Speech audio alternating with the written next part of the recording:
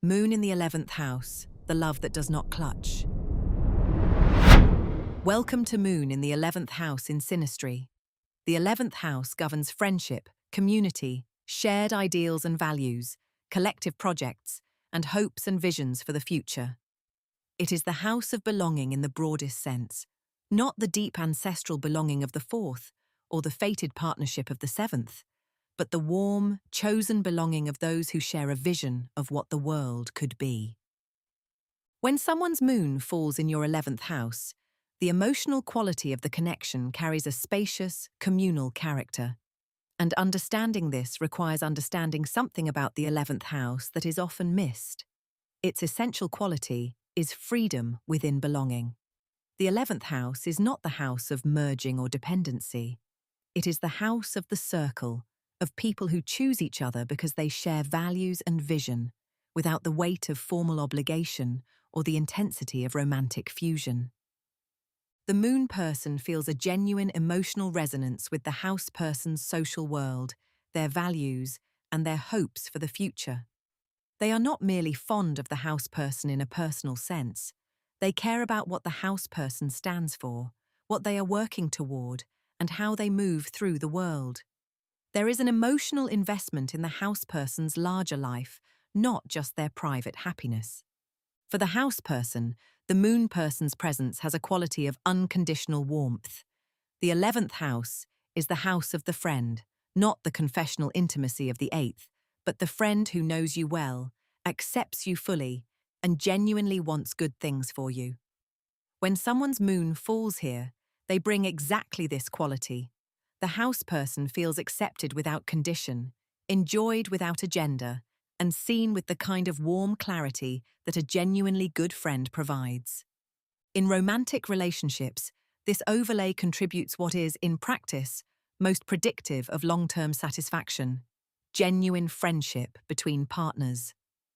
The research on what sustains long-term romantic relationships consistently points not to passion or intensity, but to liking, to the sense that one's partner is genuinely a friend.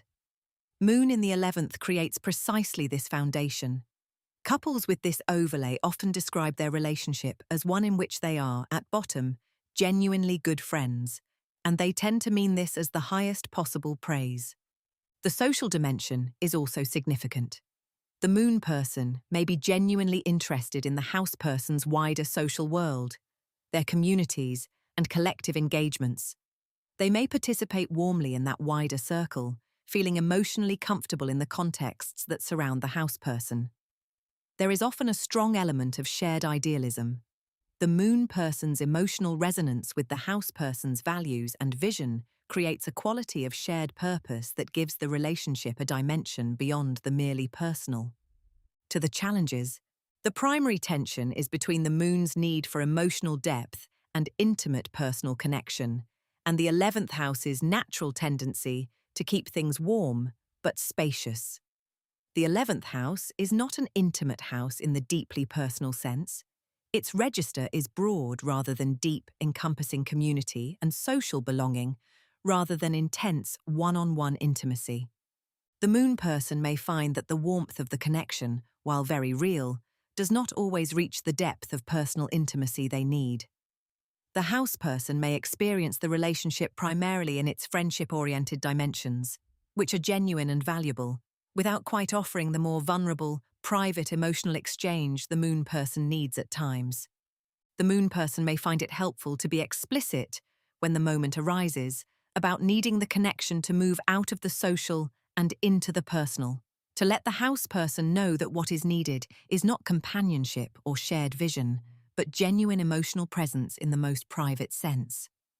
Moon in the 11th house synastry is ultimately the overlay of the love that does not clutch, that does not require or impose, that delights in the other person's existence without making that delight into a burden. In a relational landscape that often confuses intensity with depth and possessiveness with love, this is a quietly radical placement, the reminder that genuine care can be light and free, that some of the most sustaining connections in a life are built simply on the warm, clear, generous reality of two people who are genuinely glad to know one another.